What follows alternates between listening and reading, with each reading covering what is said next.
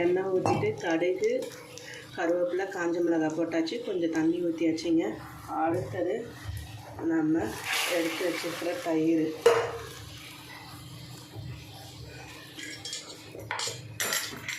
ஒரு சிட்டிகை மஞ்சள்தூள், இந்த டிஷ்க்கு தேவையான அளவு உப்பு. அடுத்தது பார்த்திங்கன்னா இதுதான் முக்கியமானது, ஸ்பெஷலு. ஒரு 2 டேபிள் ஸ்பூன் அரிசி, அப்புறம் ஒரு துண்டு இஞ்சி, ஒரு பச்சை மிளகாய், துவரம்பருப்பு ஒரு 2 டேபிள் ஸ்பூன், அவ்வளோதாங்க. இதை அப்படியே நல்லா இதுவும் அதேமாரி இதில் ஊற்றிக்கோ. இப்போ தேவையான அளவு தண்ணி எவ்வளோ வேணுமோ, உங்களுக்கு மோர் குழம்புக்கு எவ்வளோ வேணுமோ அதை இந்த தண்ணியை பிடிச்சி அதில் ஊற்றிக்கிங்க.